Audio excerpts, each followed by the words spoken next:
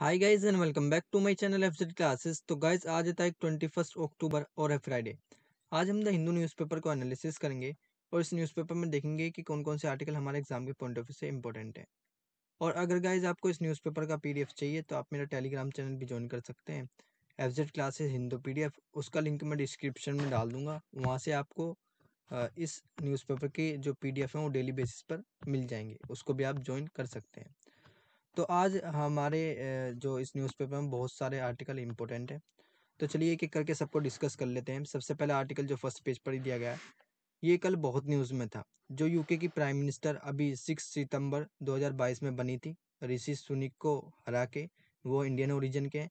उन्होंने सडनली क्या कर दिया है, अपनी पोस्ट से रिज़ाइन कर दिया। Truss announces exit UK to get its third PM in 3 months. यानी कि जो ट्रस्ट हैं, जो लिस्ट ट्रस्ट हैं, उन्होंने अपना एग्जिस्ट अनाउंस कर दिया है और यूके को इन 3 महीनों के अंदर उनका थर्ड प्राइम मिनिस्टर मिलेगा। पहले तो बोरिस जॉनसन मिले, फिर ये मिली, अब उसके बाद एक और नया प्राइम मिनिस्टर मिलेगा यूके को। अभी जितने नया प्राइम मिनिस्टर नहीं आता उतने यही पोस्ट पर रहेंगी। तो इनका रीज़न क्या है, इन्होंने क्यों अपने आप को एग्जिस्ट किया अब इस पोस्ट से। इन्होंने कहा है कि इन्होंने डाउनियन स्ट्रीट पे अपने लेक्चर में इन्होंने ये कहा है, जब ये रिज़ाइन कर रही थी, तो इन्होंने कहा कि वो चीज़ ये डिलीवर नहीं कर पाई। I can't deliver the mandate on which I elected. जिस बिहाफ पे मुझे इलेक्ट किया गया था उस चीज़ को मैं पूरी तरीके से फुलफिल नहीं कर पाई, उस चीज़ का रिजल्ट नहीं दे पाई, तो मैंडेट नहीं कर पाई, उस चीज़ को मैं पूरी तरीके से लागू नहीं कर पाई। Leadership elections will be completed next week. Leadership के इलेक्शन अगले हफ्ते क्या होंगे, कंप्लीट हो जाएंगे, फिर न्यू पीएम यूके को मिल जाएगा। Reporters say that former PM Boris Johnson is planning A comeback. कुछ रिपोर्ट्स का कहना है कि जो बोरिस जॉनसन है, जो रिसेंटली अभी पीएम से वो हट गए थे इन यूके की प्राइम मिनिस्टर, क्योंकि ये बन गई थी, तो वो भी वापस आ सकते हैं, फोर्स में आ सकते हैं, वो भी इस पोस्ट पर दोबारा से आ सकते हैं। और एक रीज़न ये भी रहा कि ये क्यों हटी, क्योंकि इन्होंने एक बजट पेश किया था और वो लो टैक्स कटिंग बजट था, यानी कि उसमें सारे सारे टैक्स माफ़ कर दिए गए थे यूके के पीपल्स के लिए। तो इस वजह से भी ये देखने को मिल रहा है, ज़्यादा इन्फ्लेशन बढ़ गई थी यूके में, इस वजह से इन्हें रिज़ाइन करना पड़ा। Britain is about to get its third prime minister in 3 months, with Prime Minister Liz Truss, who faced growing pressure from conservative MPs। तो कौन सी पार्टी से हैं? दो पार्टी हैं यूके में, आपको दो पार्टी देखने को मिल जाएंगी, लेबर और कंजर्वेटिव्स। तो ये कंजर्वेटिव्स हैं, कंजर्वेटिव्स के एमपीज से इनके ऊपर प्रेशर दिख रहा था, जिस वजह से इन्हें रिजाइन करना पड़ा। Announcing that she will quit the post, Mrs Truss budgetary plans at the heart of which were unfunded tax cut. जैसे मैंने बताया कि फंड बिल्कुल भी नहीं आया था, जो इन्होंने टैक्स कट पॉलिसी ये लाई थी अपने बजट के अंदर। तो ये पूरे दिन कल न्यूज़ में था। अब देखेंगे आगे कि ऋषि सुनक भी बन सकते हैं यूके के प्राइम मिनिस्टर, जो कि एक इंडियन ओरिजिन है, वो इंडिया के लिए गर्व की बात होगी। अब इस आर्टिकल में हमें एक चीज़ और देखनी है, वो है जो प्राइम मिनिस्टर रिसेंटली बने हैं, यानी कि थर्ड प्राइम मिनिस्टर मिलेगा ना यूके को, तो उससे पहले कौन कौन से बने हैं। तो थेरेसा मे की बात करें, जो ये एमपी थे, वो प्राइम मिनिस्टर बनी थी, और वो उन्होंने 2019 में रिज़ाइन कर दी थी अपनी पोस्ट से। फिर बोरिस जॉनसन बने 24 जुलाई 2019 में, उन्होंने 6 सितंबर 2022 में उन्होंने हटना पड़ा, क्योंकि ये यूके की प्राइम मिनिस्टर बन गई थी। फिर 6 सितंबर 2022 में लिज ट्रस बनी, फिर इन्होंने भी अभी 46 डेज में क्या कर दिया, रिज़ाइन कर दिया है।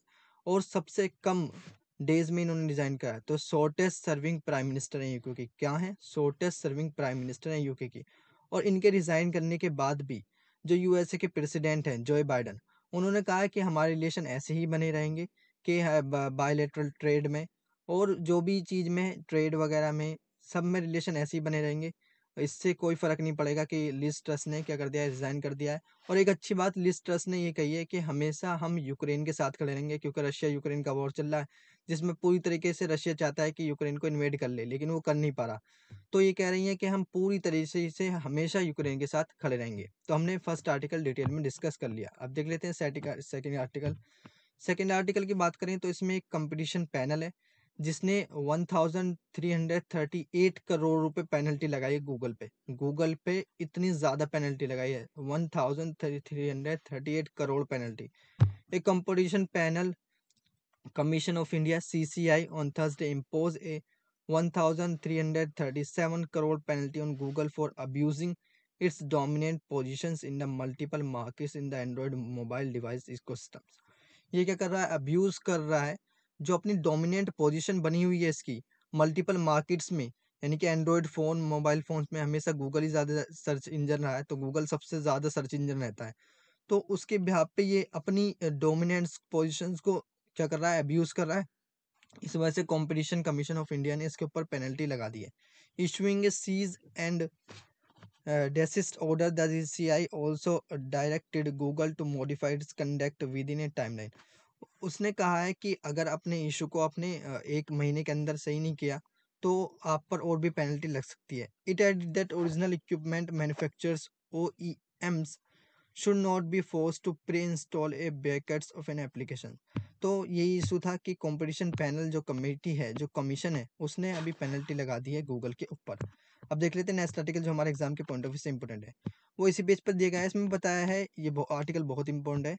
पीएम मोदी जी ने भी क्या करा है, एक मिशन को लॉन्च किया है क्लाइमेट चेंज से कम्बैट करने के लिए, यानी कि क्लाइमेट चेंज के अगेंस्ट एक मिशन को लॉन्च किया गया है। उस मिशन का नाम क्या है, लाइफ। उस मिशन का नाम क्या है, life lifestyle for environment. Prime minister Narendra Modi in the presence of UN secretary general Antonio Guterres के जो प्रेजेंस में यूएन सेक्रेटरी जनरल हैं, उन्होंने प्राइम मिनिस्टर नरेंद्र मोदी ने एक मिशन को लॉन्च किया, वो है mission life lifestyle for environment initiatives for sustainable and healthy life style at the statue of unity in Gujarat on Thursday. Statue of unity के पास गुजरात में उन्होंने कहा है कि सस्टेनेबिलिटी और हेल्थ को देखकर उन्होंने इस इनिशिएटिव्स को शुरू किया है। तो हमने इशू तो देख लिया, अब इस आर्टिकल में हमें क्या पढ़ना है, इस मिशन के बारे में, क्योंकि मिशंस बहुत इंपॉर्टेंट होते हैं हमारे एग्जाम के पॉइंट ऑफ व्यू से। मिशन की बात करें तो डायरेक्ट गवर्नमेंट ऑफ इंडिया की वेबसाइट है, उससे बात करें तो environment degradation and climate change are global phenomena. Simple सी बात है, इन्वायरमेंट डिग्रेडेशन हो रहा है और क्लाइमेट चेंज बढ़ रहा है, जिसकी वजह से हमारे ग्लेशियर मेल्ट हो जाते हैं, जिसकी वजह से जो आइसलैंड है वो पूरी तरीके से डूब जाते हैं, आइलैंड जो होते हैं। क्लाइमेट चेंज ग्लोबली फिनोमिना है, ये कंसर्न है सबके लिए, where action in one part of the world impact ecosystem and population across the globe. वही सिंपल सी बात है कि एक तरफ तो इकोसिस्टम्स को ये बर्बाद करता है, इम्पैक्ट डालता है उस पर, दूसरी तरफ इससे पॉपुलेशन भी इम्पैक्ट में आती है। Estimate suggest that if required action is not taken against the changing environment, approximately 3 billion people globally could experience chronic water scarcity। The global economy could lose up to an 80% of GDP by 2050। एक reports की देखें तो estimate ये लगाया गया है, अगर अगर किसी भी कंट्री ने इस पे एक्शन नहीं लिया, अगर चेंजिंग इन्वायरमेंट पे एक्शन नहीं लिया गया जल्दी से, तो अप्रोक्सीमेटली 3 बिलियन मतलब 300 crore peoples globally could experience chronical water scarcity, यानी कि इतनी ज़्यादा पानी की कमी हो जाएगी, 300 करोड़ लोगों के अंदर पानी की कमी देखने को मिलेगी, यानी कि उन्हें पानी नहीं मिलेगा टाइम पे।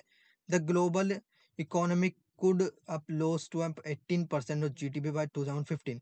यानी कि जो ग्लोबल की इकोनॉमी है वो कम से कम 18% GDP की गिर जाएगी 2050 तक। Over the last 2 decades, several macro measures have been implemented globally to address environmental degradation and climate change, including policy reforms, economic incentives, and regulations। अगर बात करें तो लास्ट 2 डिकेड्स में, लास्ट 20 सालों में बहुत सारे मैक्रो मेजर्स लिए गए हैं इन्वायरमेंटल डिग्रेडेशंस को टेकल करने के लिए और क्लाइमेट चेंज को टेकल करने के लिए, जिसके अंदर पॉलिसी बनाई गई है, रिफॉर्म्स बनाए गए हैं, इंसेंटिव्स दिए गए हैं और रेगुलेशन बनाई गई हैं। Despite their enormous potential, actions required at the level of individuals, communities and institutions have received limited attentions। अगर बात करें इसके enormous potentials की, तो across required at a level of individuals, communities and institution have received limited attention। जो individual है, जो communities हैं और जो इंस्टीट्यूशन है, उन्हें कुछ लिमिटेड अटेंशन दी गई है इसको लेकर। Changing individuals and community behavior alone can make a significant depth in the environmental and climate crisis, according to the United Nations Environment Program। If 1 billion people out of global population of 8 billion adopt environmental friendly behaviors in their daily lives, global carbon emission could drop by approximately 20%। अगर एक United nation environment programme की एक report देखें तो उसने बताया कि अगर 1 बिलियन पीपल यानी कि 100 करोड़ लोग भी अगर पूरी तरीके से 800 करोड़ लोग हैं हमारी दुनिया में, अगर पूरी तरीके से इन्वायरमेंटली फ्रेंडली बिहेवियर में आ जाएं अपने डेली लाइफ स्टाइल में, तो ग्लोबली कार्बन इमिशन 20% से कम हो सकता है। कितने परसेंट से कम होता है? हो सकता है 20% से कम हो सकता है। अब हमने क्लाइमेट चेंज के देख लिए कंसर्न्स क्या क्या है। अब हमें क्या पढ़ना है इस मिशंस के बारे में। तो in this context, the concept of lifestyle for the environment, life, was introduced by the Prime Minister Narendra Modi at a COP26 in Glasgow on 1st November 2021. ये तो अभी रिसेंट इसको मॉडिफाई किया गया, इसको अपडेट किया गया, लेकिन ग्लासगो में COP26 में जब मीटिंग हुई थी कॉन्फ्रेंस ऑफ पार्टी की 1 नवंबर 2021 में, तो वहीं मोदी जी ने इसको इंट्रोड्यूस कर दिया था life style for the environment life को, calling upon the global community of individual institutions to drive life as an international mass movement towards mindful and deliberate utilization. उन्होंने कहा था कि कम्युनिटीज़ और इंडिविजुअल इंस्टीट्यूशंस इसको चलाएं, लाइफ को international mass movement चलाएं इसकी तरफ, और इसका यूटिलाइज करें अच्छे तरीके से, instead of mindless and destructive consumptions to protect and preserve the environment. Life puts individuals and collective duty on everyone to live a life that is in tune with earth and does not harm it. Life individuals और collective की responsibility है कि हम उसको tune में लाएं अर्थ के साथ और उसको हार्म ना करें, अर्थ को हार्म ना करें. Those who practice such a lifestyle are recognized as a pro-planet peoples under life. ऐसे जो लाइफ स्टाइल को अपने गुजारेगा, अपने को लाइफ स्टाइल को रिकॉग्नाइज करेगा, उसको प्रो प्लानिट पीपल्स कहा जाएगा लाइफ के अंदर. अब हमने लाइफ स्टाइल जो इन्वायरमेंट के लिए चलाया गया है लाइफ, उसके बारे में डिटेल में डिस्कस कर लिया. अब देख लेते हैं नेक्स्ट आर्टिकल जो हमारे एग्जाम के, हाँ नेक्स्ट आर्टिकल जो हमारे एग्जाम के पॉइंट ऑफ व्यू से इंपॉर्टेंट है, उसको हमें सिर्फ रीड करना है. वो दिया गया है 6th पेज पर. अभी क्या बात चल रही है कि कर्नाटक गवर्नमेंट एक ऑर्डिनेंस ला सकती है कि वो रिजर्वेशन बढ़ाए, किसके लिए? SC और STs के लिए, यानी कि शेड्यूल कास्ट और शेड्यूल ट्राइब्स के लिए वो रिजर्वेशन बढ़ाए. Law Minister assures confidence of getting a favorable ruling in a court in case the cabinet decision is challenged. Quota increase will benefit 103 communities among SC and 556 among STs. Kota लाने की बात चल रही है कि उनको बेनिफिट मिल जाए जो शेड्यूल कास्ट और शेड्यूल ट्राइब्स है, क्योंकि हमारे यहाँ बैकवर्ड क्लासेस है. तो 103 कम्युनिटीज़ SC को बेनिफिट मिल सकता है और 56 अमंग STs को बेनिफिट मिल सकता है. The Karnataka government has decided to promulgate an ordinance for increasing reservation of scheduled caste from 50% to 15% to 17% and for scheduled caste from 3% to 7%. तो इनके SC और ST के रिजर्वेशन को 15% से 17% और 3% से 7% पर लाने की बात चली है. अभी बात चल रही है, अभी जब ऑर्डिनेंस हो जाएगा तो उसके ऊपर हम डिटेल में डिस्कस कर लेंगे. अब देख लेते हैं नेक्स्ट आर्टिकल जो हमारे एग्जाम के पॉइंट ऑफ व्यू, हाँ नेक्स्ट आर्टिकल जो हमारे एग्जाम के पॉइंट ऑफ व्यू से इंपॉर्टेंट है वो टेस्ट एंड कंटेस्ट में दिया गया है.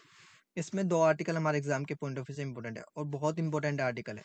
इसमें बताया गया है कि डिफेंस जो एक्सपो लग रहा है अभी 2022 में गांधीनगर में गुजरात के अंदर, उसने सारे रिकॉर्ड्स तोड़ दिए हैं. किस चीज़ को लेकर? वहाँ पर बिजनेस बहुत अच्छा देखने को मिला है. 1.53 लाख करोड़ का बिजनेस वहाँ पर देखने को मिला है और worth of memorandum of understanding and agreement sign during the defence expo. Defence expo के दौरान ही मेमोरेंडम ऑफ अंडरस्टैंडिंग और एग्रीमेंट्स को साइन किया गया है 1.53 lakh crore ka at Gandhinagar, according to a senior official. As many as 451 memorandum of understanding was signed in the 12th edition of Defence Expo. Defense Secretary Ajay Kumar said that the event had broken previous records of the business generations. बहुत सारे पहले जो records थे उन सबको तोड़ दिया है. वहाँ पर बहुत अच्छा बिजनेस देखने को मिला है डिफेंस एक्सपो 2022 में. अब देख लेते हैं डिफेंस एक्सपो होता क्या है.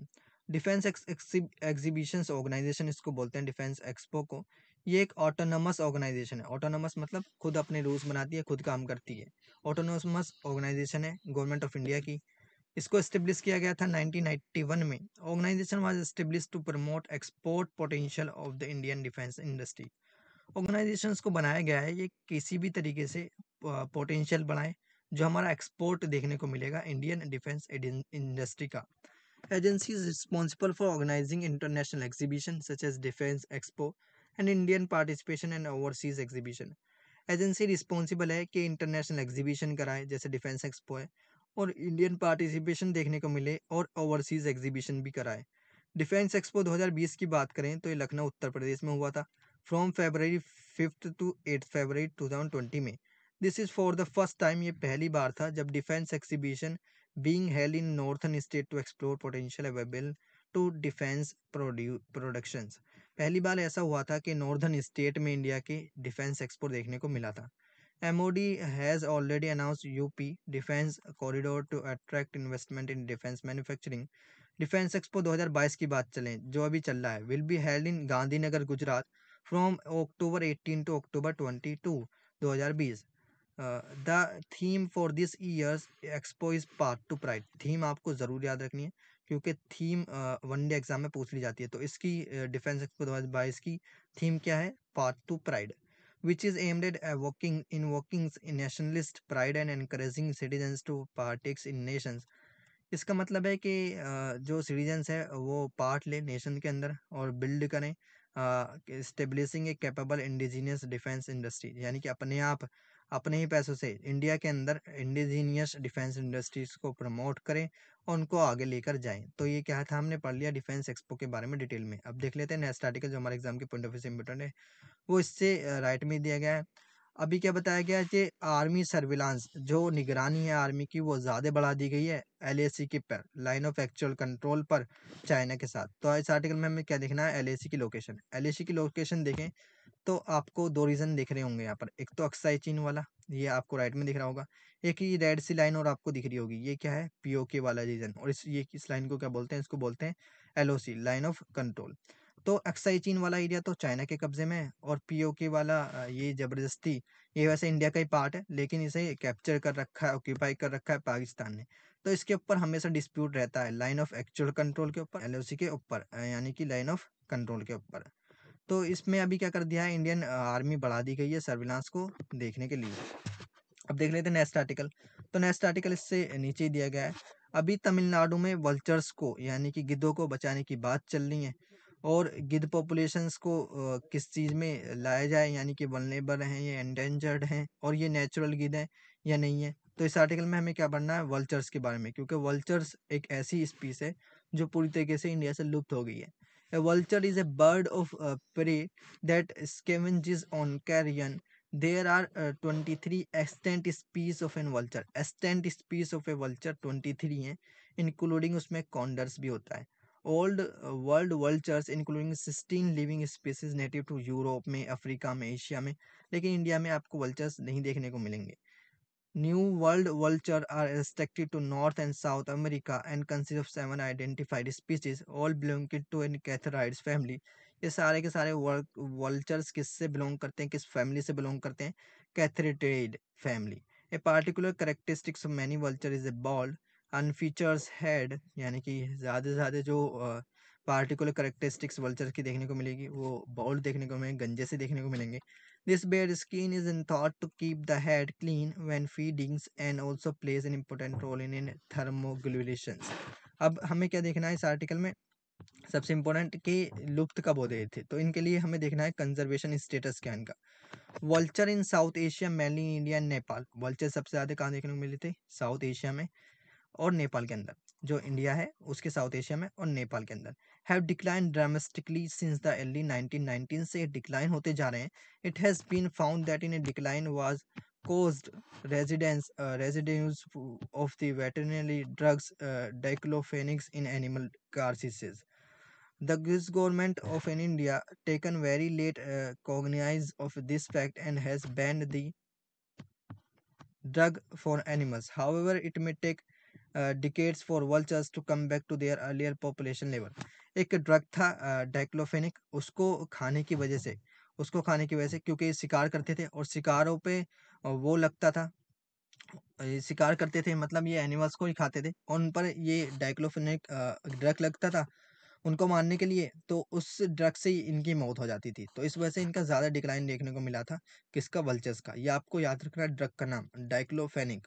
However it may takes decades for vultures to come back to their earlier population level. Government of India ने बाद में इस चीज़ को रिकोगनाइज किया कि इस ड्रग को बैन करना चाहिए और अब ये बात चली है कि वल्चर्स अपने फिर दोबारा से इंडिया में आ जाएं।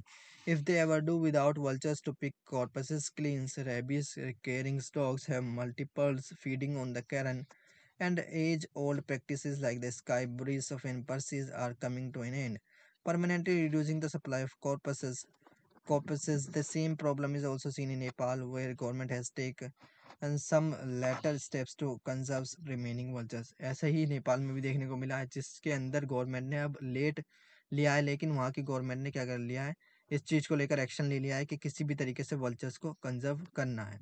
अब हमने वल्चर के बारे में डिटेल में डिस्कस कर लिया। अब देख लेते हैं नेक्स्ट आर्टिकल जो हमारे एग्जाम के पॉइंट ऑफ व्यू से इंपॉर्टेंट है। तो गाइस ये आर्टिकल थे जो हमारे एग्जाम के पॉइंट ऑफ व्यू से इंपॉर्टेंट थे। वीडियो अच्छी लगे तो वीडियो को लाइक करें, चैनल को सब्सक्राइब करें।